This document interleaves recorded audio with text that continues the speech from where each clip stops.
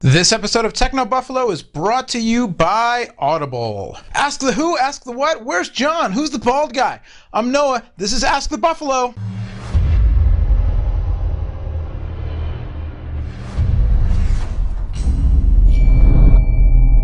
Hey, what is going on, everybody, and welcome to Ask the Buffalo, Techno Buffalo on Revision 3. My name's Noah Kravitz, editor-at-large for Techno Buffalo, and I'm sitting in for John Rettinger because he's over in Switzerland eating some fine Swiss chocolate while looking at his fine Swiss watch. No, actually, he's at the Geneva Motor Show checking out all the fancy new cars with Mike Perlman, our lead auto editor. You can check out all their coverage of the show over on technobuffalo.com and the usual other video and social media outlets. But in the meantime, I'm here to answer your questions, so let's get right to it. Jesse Gomez asks, Noah, is there really that much of a difference between quad-core processors like the Tegra 3 and the Transformer Prime, the Asus Transformer Prime, and the new iPad's dual-core A5X processor? A couple things here. One, the Apple chip, the A5X, dual-core CPU, quad-core graphics performance. And Apple made a point of talking about that, and it's a big point to make because this chip has to drive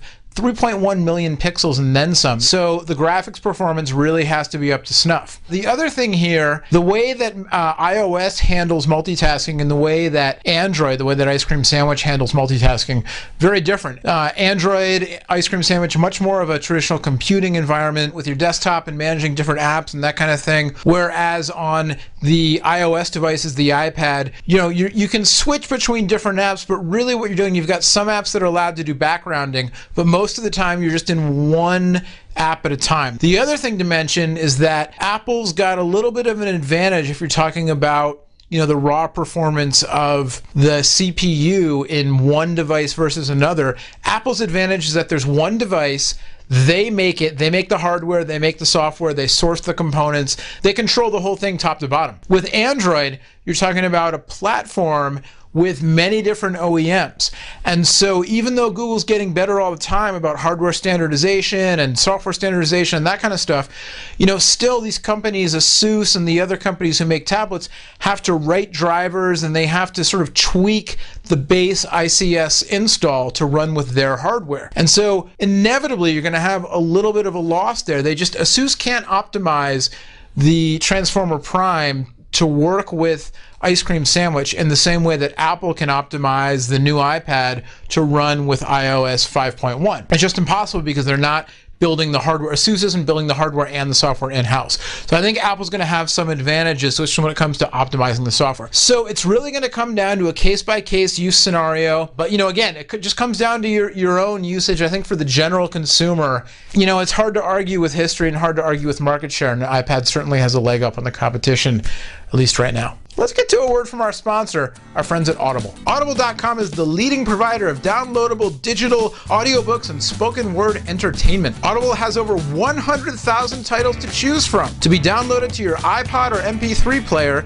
and played back anywhere at any time. Choose from books in every genre, including science fiction, thrillers, fiction, comedy, drama, and history. Just go to audiblepodcast.com/techno. That's audiblepodcast.com/techno, TECHNO, for one free audiobook download of your choice when you sign up today. This one comes from Twitter, MarkCrow5 on the Twitters. Mark Crow asks, Techno Buffalo, is 512 megabytes of RAM and a single core 1 gigahertz processor good enough to run Ice Cream Sandwich 4.0 and Sense 4, aka the HTC One V? Well, again, as I mentioned when talking about the tablets, it all comes down to how well the code is written.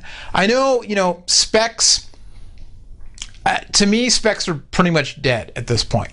And I know that's not what you want to hear. I know it's not what the marketing people want to hear. And I know, Noah, you're so dumb. How can you say specs are dead when, even Apple, you Apple fanboy, Apple just talked about dual core and quad core graphics and blah, blah, blah. I know, I get it. But it's all a system. It all depends on how it intermeshes, And if the software and the hardware are written and they intermesh, it's great. And if they don't, then you're like, oh, I can't make a church with the steeple and the people saying hi. So I think it depends on how well HTC optimizes their code. I got a chance to check out the new HTC One line. I got a little briefing with HTC, an embargo briefing ahead of Mobile World Congress, and the software wasn't finalized, so it was kind of hard to comment. But I don't think they'd put them out running this software, Ice Cream Sandwich with Sense 4, unless they were confident that the software was going to run at an acceptable level. Now, obviously, you're going to get better performance the higher up the food chain you go. One of the things to remember in cell phone land in particular is that the fewer number of pixels on the screen, the less horsepower you need to have a good experience. A lot of the horsepower, a lot of the processing power goes to pushing pixels around the screen. So the 1V, it's a smaller screen. It's cool how they harken back to the Legend, by the way. I like that little nod to their own history. You got to make your own history in this world. So it's pushing fewer pixels around the display. So I think it'll be fine. That all being said, I personally am excited for the quote mid-range device, the 1S, because for me, that 4.3-inch display, it's a sweet spot size, and the phone is so slim, and I love the way they made a metal phone that feels like soft touch plastic. The industrial design of that device, it got me excited. It's good to notice the spec sheet. It's good to ask these questions. You're just gonna have to wait till the device comes out. We'll have to wait and see. All right, there you go. We're done. I'm out of here. John will be back next week. Until next time, thanks to our friends at Audible for sponsoring this week's episode of Techno Buffalo on Revision 3. Thanks to Rev3 for having us. Thanks to you for watching. I'll be back for the roundup on Friday. Until then, my name's Noah Kravitz. Thanks for watching. TechnoBuffalo.com. And Lionel Messi, 5 goals in a Champions League game. What can I say? Incredible. It's an amazing world we live in. We'll see you next time. Bye-bye.